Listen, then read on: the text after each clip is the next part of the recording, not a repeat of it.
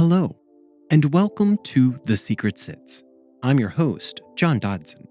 Today I am bringing you a truly bizarre story about a man who seemed to be made out of Teflon, but his criminal acts were so perverse that he could not get away forever. Buckle up and get ready for the story about Robert Berchtold. There is not much to be found in regards to Robert Berchtold as a child. He has told some stories, but like most things he has said, it may have all been lies. So we may never know what inside of this clean-cut, upstanding member of the LDS Church turned out to be rotten and made him into the manipulative pedophile he turned out to be. We know that Berchtold was born on February 7th, 1936, in Tremonton, Utah. He served in the U.S. Army during the Vietnam War. After the war, he returned to Utah, got married to a woman named Gail, and had 5 children. They settled in the small town of Pocatello, Idaho, where he ran a furniture store. The dedicated member of the Church of Jesus Christ of Latter-day Saints wasn't quite the family man he appeared to be. In truth, he was a pedophile who would stop at nothing to get access to his victims. And unfortunately, little was done by anyone in the community to deter Berchtold from acting out his fantasies. Berchtold had a history of trying to ingratiate himself with families with young daughters. In January of 1974, he was given a slap on the wrist, a reprimand by the LDS Church for his behavior with a young girl. However, no lesson was learned from this slap on the wrist, and it wasn't only the church that seemed to turn a blind eye. As incredible as it may sound, the parents of his victims did everything they could do to be accommodating. In 1972, Robert Berchtold and his wife Gail met Mary Jan Broberg and her husband Robert Berchtold, who went by Bob, at the LDS Church in their Idaho hometown. Berchtold and the Brobergs lived in the same neighborhood and would soon be spending bountiful amounts of time together. The Berchtold family had 5 children, and the Broberg family had 3. There seemed to be a new best friend for each member of each household. Robert and Bob bonded over their backgrounds in business and being family men. Bob was a florist and owned his own flower shop. Robert was the president of the freight outlet furniture store.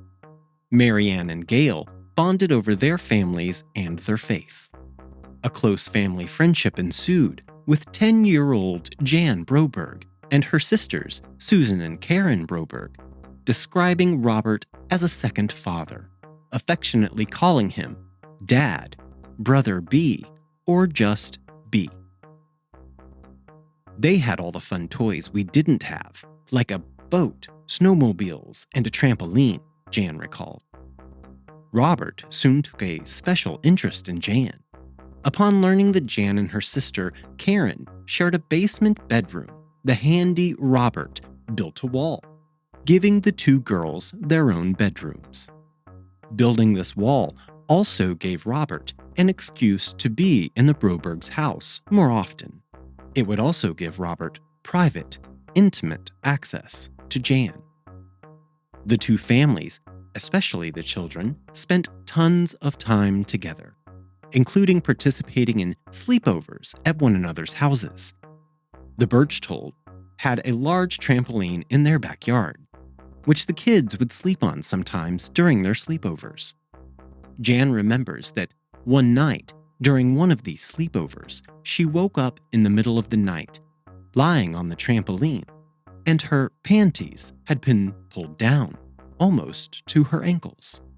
She felt scared, and then she noticed that Robert Berchtold was lying right next to her. In fact, his hand was touching her, resting on her. He told the girl that she had been tossing and turning a lot and that she must have reached down, and pulled her panties down herself. Jan believed Robert because his excuse seemed much more plausible to her than the alternative, that this trusted family friend had done something unseemly. In June of 1973, Jan accompanied the Berchtold family on their vacation to Seattle. She had never gone on a trip with them before. When they returned from the trip, there were stories of Jan acting strange. At one dinner, she was just sitting at the table, swaying back and forth, barely able to maintain her upright position. Berchtold decided that he had best take the young girl back to the room and promptly left the dinner with his family to escort the unwell girl. Jan remembers fading in and out of consciousness, and at one point, while in the hotel room, she remembers seeing Robert Berchtold naked. It is believed that this is the first time that Robert Berchtold sexually molested Jan Broberg. And now, Robert started to become infatuated with the young girl, and he would stop at nothing to make sure he could have her. He also knew that to get Jan, he would also need to groom her parents, and he would essentially need to get her parents' approval. Robert was no stranger to manipulating people to get what he wanted, and he immediately began to do this with the Brobergs. He began with Mary Ann. He would call her at home and ask her if she could bring him something for lunch at the furniture store, and so she would. She quite enjoyed hanging out with Robert. He was new in town, and he had the charming effervescence that her own husband Bob did not possess. He told her that she had a beautiful body, complimented her on her legs, and she quickly became attracted to this new man in her life. Mary Ann tried to ignore the feelings, but after traveling to an LDS church function in Logan, Utah, they took a ride into the mountains and had a little makeout session. They did not engage in sexual intercourse, but they had gone far enough. They traveled back home and tried to go back about their normal lives, but it had ignited a spark inside of Mary Ann that she may have forgotten about after 12 years of marriage. Next, Robert Berchtold had confided in Bob Broberg that he was not having the best sexual relationship with his wife Gail. Robert stopped by Bob's florist shop one day and asked Bob to accompany him for a ride. On this ride, he said to Bob, "I can't stand my wife, and I need to have sex." At this point, Bob looked down and noticed that Robert had become sexually aroused. Robert turned to Bob and asked him if he could just provide him with some relief. And Bob reached over and manually masturbated Robert Berchtold. In January of 1974, Robert received a reprimand from the LDS Church because of his contact with a different young girl. He had to go to a clinical psychologist in California who was supposed to help him get over his obsessions. Robert told Mary Ann and Bob that he was seeing a therapist to help him deal with the abuse he had endured as a child. He told them that he had had sex with his own aunt when he was just 4 years old.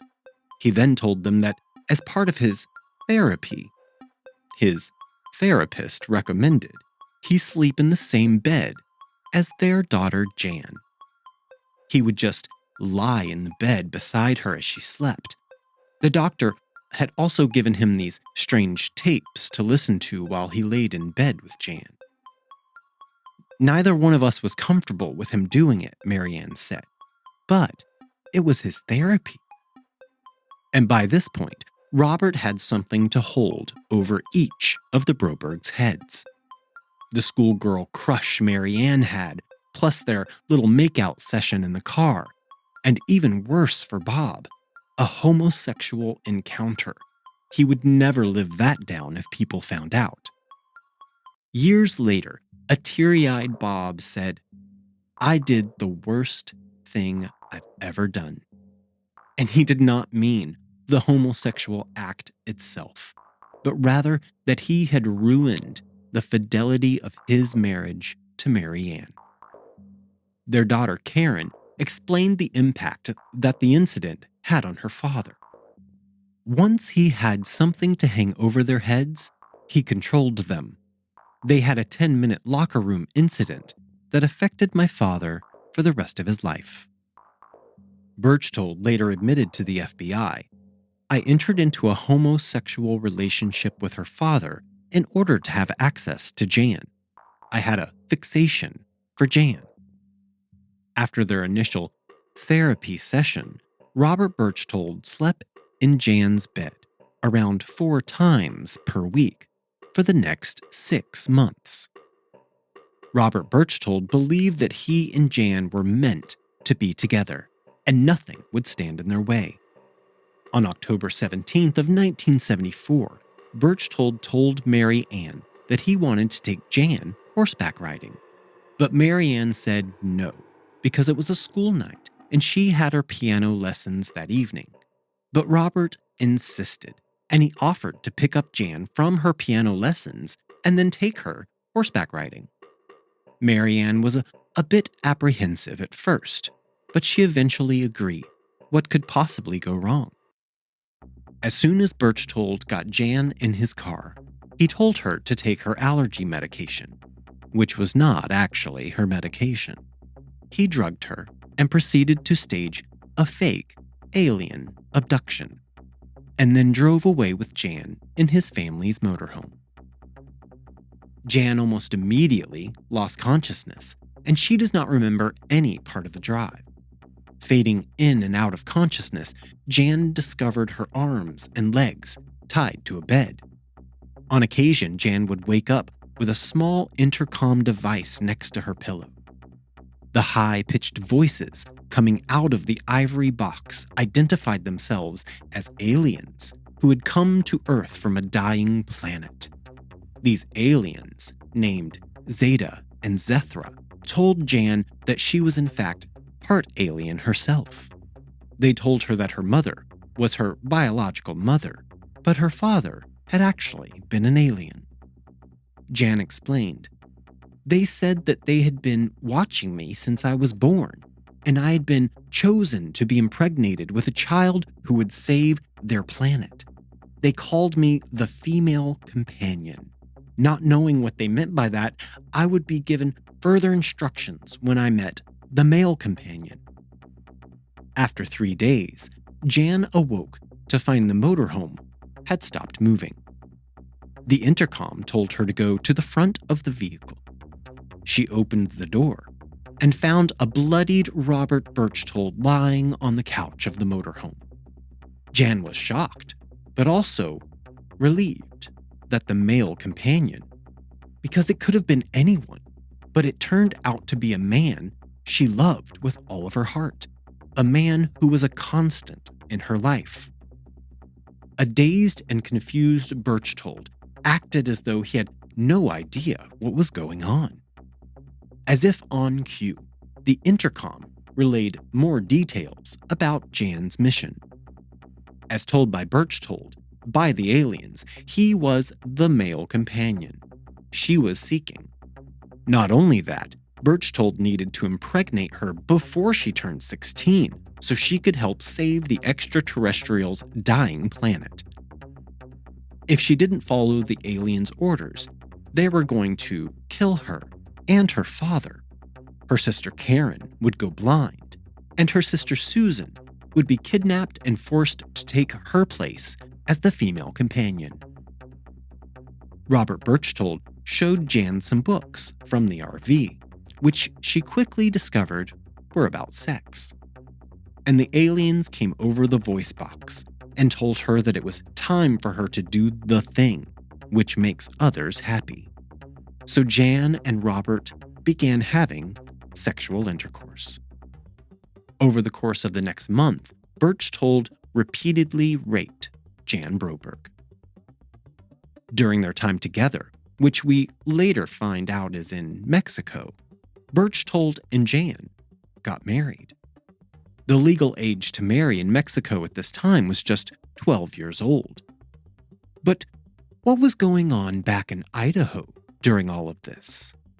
The Brobergs soon realized that their daughter and Robert were missing.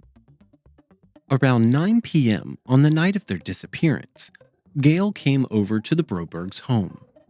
Bob and Marianne were going to contact the FBI, but Gail Berchtold somehow convinced the Brobergs not to call. Instead, they waited 2 days before calling the FBI. But by now, it was the weekend, and the office was closed. Marianne was concerned about making additional calls. She didn't want to get everyone worked up over nothing. Even then, they didn't want to believe that Robert had done anything wrong. On October 22nd, 1974, Marianne called the FBI again. Berchtold and Jan had been missing for 5 days now. FBI agent Pete Welsh received the call and would become the lead FBI special agent for the Broberg case. Agent Welsh and his partner immediately went to the Broberg house to conduct an initial interview. They learned about the relationship between the Broberg and Berchtold families, and they were told that Robert was a member of the LDS faith, along with the Broberg family. They also learned that Robert Berchtold was considered an upstanding member of the community. Even though Robert and Jan had been missing for 5 days at this point, the Broberg family still did not think anything nefarious was happening. They just did not know where the two were. But FBI agent Welsh told the couple, "This man has kidnapped your daughter. She is gone, and we don't have any idea where." The FBI then went over to Robert Berchtold's home to interview his wife, Gail. She told them about a motorhome the couple owned, which was missing. At this point, the FBI believed that the girl was kidnapped by Robert and that they were in the missing motorhome. The police then found Robert Berchtold's car, abandoned, with the driver's side window broken out and blood stains dripping down the outside of the door. But when the FBI agents arrived at the scene, they quickly deduced that the window had been broken from the inside out. They were not falling for Robert's buffoonery. At this scene, they also located fresh tire tracks, which seemed to come from a motorhome-style vehicle, accompanied by fresh footprints. Easily enough from this scene, they hypothesized that Robert had kidnapped Jan, transferred her from the car to the motorhome, and left with her. The problem was, they had no idea where they had gone. A nationwide search ensued, and even the Border Patrol was notified to look out for the missing girl. The FBI filed kidnapping charges against Robert Berchtold, which carried a maximum sentence of life in prison. Robert Berchtold's brother, Joe, told the FBI that his brother had always had an infatuation with young girls. He called Robert a straight-up pedophile. Robert had even molested his own younger half-sister. Now, November 20th, 1974, Jan had been missing for 35 days. Robert called his brother and asked him to contact Marianne and gain her permission to bring Jan back to the U.S. and marry her. They were already legally wed in Mexico, but he needed her family's blessing to cross the border back into the U.S. For once, Bob and Marianne did not agree. Joe Berchtold, Robert's brother, cooperated with the police and FBI and initiated a phone call, which they tapped and traced to find out where in Mexico the fugitive was. The FBI worked with the Mexican police, and the Mexican police overtook the small motorhome and rescued Jan. In the jail, Robert bribed one of the guards with a gold ring to allow him to speak with Jan. He told the young girl to tell her parents that he had made a mistake. He took her too far away without telling her family. He told her that he had been visited by Zeta and Zethra, and that they had told him that there were 4 things she was not allowed to talk about. 1. She could not reveal anything about the aliens Zeta and Zethra or their planet. 2. She could not tell anyone about the relaxing pills she'd been given by Robert. 3. She could not talk about the mission. And 4. She could not talk about the sexual contact that they had had. If she revealed any of these things, her sister Karen would go blind and they would kill her father. Lastly, they would take her sister Susan. Robert told her that she could not have any contact with any other men, including her father. Because of Jan's strong faith, she complied. The Brobergs flew to Mexico to retrieve their daughter. It was a joy-filled reunion. Jan fell to pieces in the presence of her parents, overcome with emotions about what had happened to Robert. Her parents explained that they were here for her and that stuff with Robert would get worked out in time. Bob and Marianne took Jan back to Idaho. On the plane ride home, Bob immediately knew that his daughter was irrevocably changed. She wouldn't even sit next to him on the plane. And Robert Berchtold remained in prison until he was extradited to the U.S. to face kidnapping charges. The Brobergs sent the marriage certificate back to Mexico with instructions for the marriage to be annulled. Robert's punishment was not severe. It was, like his experience with the LDS Church, a slap on the wrist. For starters, he wasn't charged with any crimes of a sexual nature, because when Jan was examined by a doctor, he confirmed that her hymen had not been broken, and Jan assured her parents that nothing improper had gone on between them. Second, the still brainwashed preteen was not going to reveal anything about the sexual abuse that she had been subjected to because the aliens had told her not to. One might think that kidnapping a child and marrying her would mean you were on the outs with said child's family, but not in this bizarre case. Jan and Robert continued to sneak in visits with each other. In addition to writing letters, they spoke on the phone. Sometimes, the voice on the other end of the line wasn't Robert's, but rather it was that of the aliens, reminding Jan to complete her mission. And Jan was convinced that this alien mission was true and that the penalties for failing the mission meant dire consequences for her family. The FBI told Bob and Marianne Broberg to stay away from Robert Berchtold. Don't see him socially, don't let your kids play together, nothing. But not only did the family remain friends with Robert Berchtold, but Marianne fell in love with Robert, and the pair had a full-on affair. Amazingly, the affair lasted for nearly a year, during the same period that he was charged with kidnapping Jan. Marianne claims she met up with Brother B a total of 8 times, but allegedly only had sex with him 3 of those times. Eventually, the kidnapping charges would be lessened. This happened because Gail was able to use the affair and other sexual misdeeds against Marianne and Bob. One day, Gail showed up at the Brobergs' house and asked to speak with Bob in the den privately. When she left, Bob came out and told Marianne that if they did not drop the charges, Gail would reveal the truth about the sexual acts between Bob and Robert. Instead of pursuing any legal action, the Brobergs issued a letter stating that they would not be taking that route since the whole kidnapping thing had been a big misunderstanding. She stated, "My daughter was not taken by force or against her will, nor was she held or confined against her will at any time while in the company of the defendant.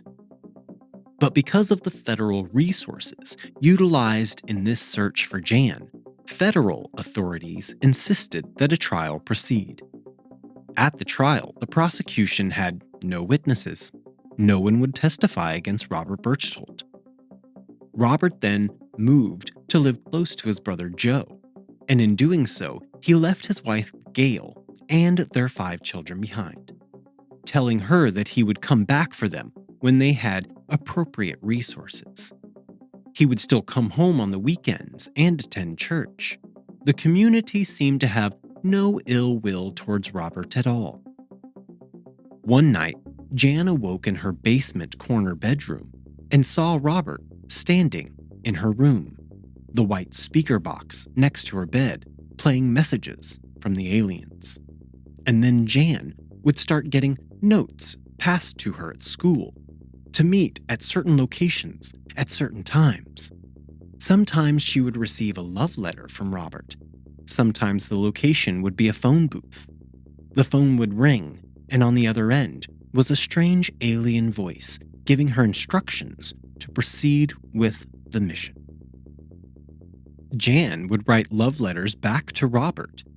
At this point, she had been completely groomed by this man, and he is looking for his chance to get exactly what he wants. Jan told her mother that she wanted to marry B and to be his wife. In the spring of 1975, Marianne met with Robert at his motorhome, which he was living out of. He tried to convince her that she should get a divorce and run away with him. The two ended up having sexual intercourse for the first time during this encounter. This only served to give Robert more power over Marianne.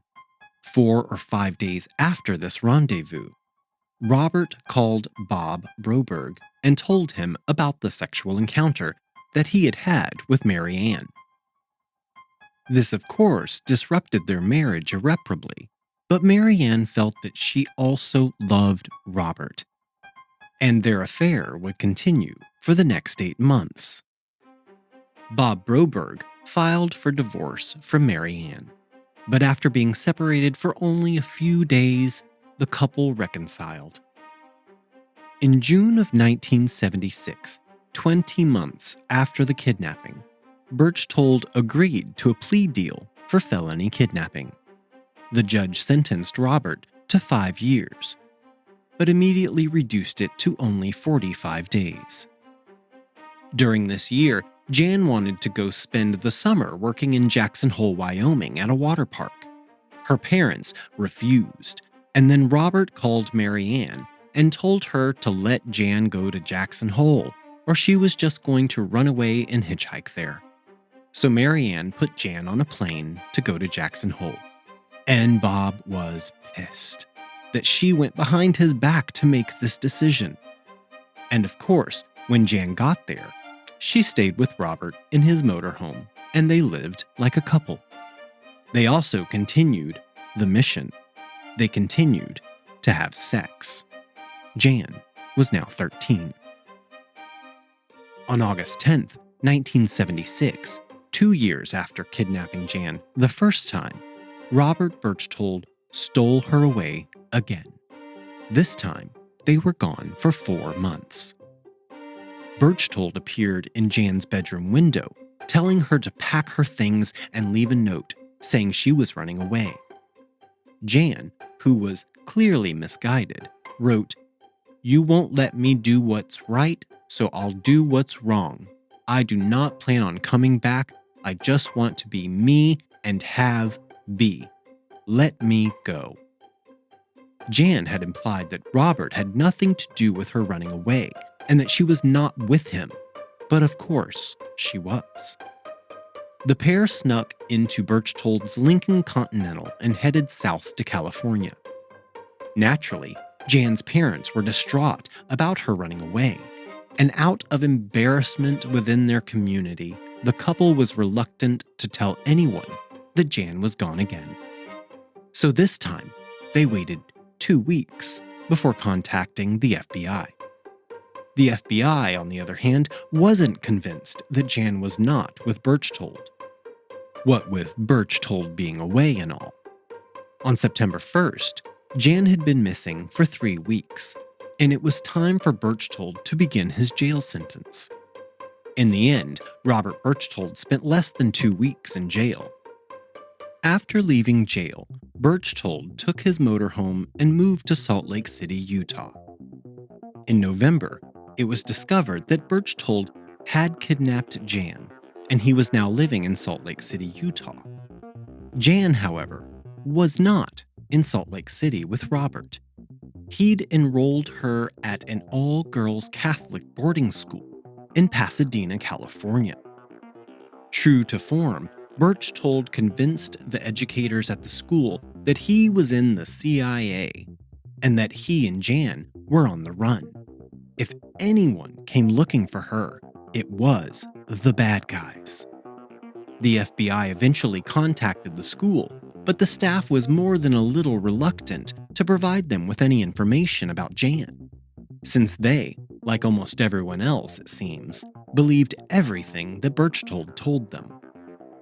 The FBI is the FBI after all, so they were eventually able to get Jan out of the school. After 3 months in hiding, Jan was once again returned to Idaho. When Berchtold was in jail for the first kidnapping, he'd allegedly offered to pay 2 men $1,000 a month to burn down Bob's floral store, which they of course did. In fact, they ended up burning down almost an entire city block. The 2 men were caught and convicted of arson, but there was not enough evidence to pin anything on Robert. Berchtold was once again charged with kidnapping. Jan would later recall that Berchtold raped her more than 200 times. But again, sexual abuse charges were never brought against him. Berchtold was acquitted of the kidnapping charge due to mental illness. Therefore, Berchtold was not sent to jail. Instead, he went to a mental facility and was released 6 months later. When Jan turned 16, she went to drama camp at Brigham Young University. There, she met a boy who liked her, and it made her uncomfortable. After returning from this camp trip, Jan realized that she was now 16, and the mission had never been completed. She finally told the story of the aliens to her family and fell apart. Letting this story out finally broke the spell that Robert Berchtold had over Jan. Eventually, it was discovered that Robert had used the alien abduction story on other victims as well. In one instance, he told a young girl that she was a princess from another planet and was also on a mission. As was Berchtold's modus operandi, he befriended the girl's mother, who was a psychiatric nurse at a prominent hospital. She was in his apartment for 119 days. "My mother couldn't see through him," the victim later said.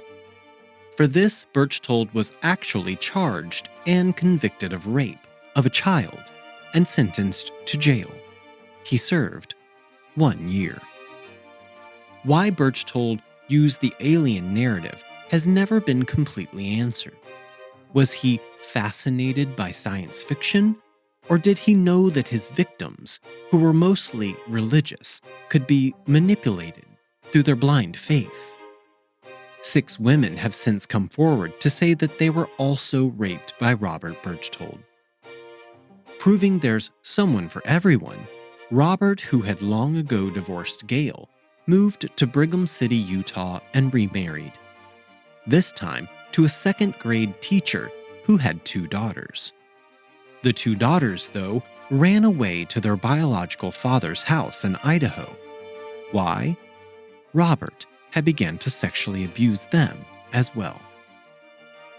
In the year 2004, a full 28 years after he'd kidnapped Jan Broberg for a second time, and years after serving jail time for raping a child, he was still sexually abusing young girls. Nothing had changed, it seemed. Jan Broberg married and seems to have channeled her difficult youth into an acting career. She has many theater, television, and film accolades and credits under her belt, but she's most known for her roles in the television shows Everwood, and Criminal Minds. She's also a writer. Jan Broberg Felt and her mother, Mary Ann Broberg, collaborated on a book called Stolen Innocence, the Jan Broberg story. It was eventually published in October of 2003. Subsequently, the pair embarked on a speaking tour. Robert Berchtold, feeling he was being misrepresented in the book, took to showing up at readings. Berchtold took it upon himself to inform the local media and anyone present that the two women were telling lies. In March of 2004, Berchtold, who was now 68 years old, showed up at a women's conference at Dixie State College, which is now Dixie State University, in St. George, Utah, where Jan was speaking. He asked a volunteer from Bikers Against Child Abuse, or BACA, if he could distribute some pamphlets at the conference. Jan had asked BACA, which included 12 bikers, to attend the conference for added safety. In the lead-up to the conference, Jan, members of her family, and the Women's Conference Board had received threatening letters from Robert Berchtold. Les Watson, the BACA volunteer, asked to see the material. Berchtold refused and became threatening. When Watson walked away, Berchtold got into his white minivan and drove into him, striking his right knee. Watson knocked into the front of the van and was dragged for 110 yards. Berchtold then left the scene. Police were able to track him down a little while later at a local McDonald's, thanks to a witness remembering his license plate. Berchtold was booked into, fittingly, Purgatory Correctional Facility on charges of assault, criminal trespassing, and disorderly conduct. He was found guilty and was scheduled to be sentenced. But once again, he avoided jail. While Broberg Felt never saw Berchtold at the event in St. George, she was significantly worried for her life and decided to get a restraining order, which he contested. While in court, Berchtold told the presiding judge that Broberg Felt was just looking for her 15 minutes of fame. The woman he'd victimized as a child stood, looked across the courtroom at Robert and said, "No, I'm doing this because I want to protect families from monsters like you." The judge awarded Broberg Felt a restraining order against Berchtold. Instead of the normal 3 months of protection, the judge issued Jan a restraining order that would last for the rest of Robert's life. Robert Berchtold, age 69, had no intentions of going to jail, ever. On November 11th, 2005, he overdosed on pills, Kahlua, and milk. Gross. His obituary makes no mention of his horrific crimes. Instead, he is fondly remembered as a truck driver who served in the U.S. Army during the Vietnam War. He was survived by his wife, Deanna, sons Jerry, James, Joseph, and Jeff, daughter Jill Scott, and mother Lucille. No one knows all of the answers, or does everything perfectly. It is difficult as an adult to try and make all of the right choices. But where you have to draw the line, as a parent, is letting your own fears about others' perceptions outweigh the safety you are providing for your children. They are precious. Hold them tight. I'm John Dodson, and we'll see you back here next Thursday for an all-new episode of The Secret Sits. Audio engineering by Gabriel Dodson. Original artwork provided by Tony Lay.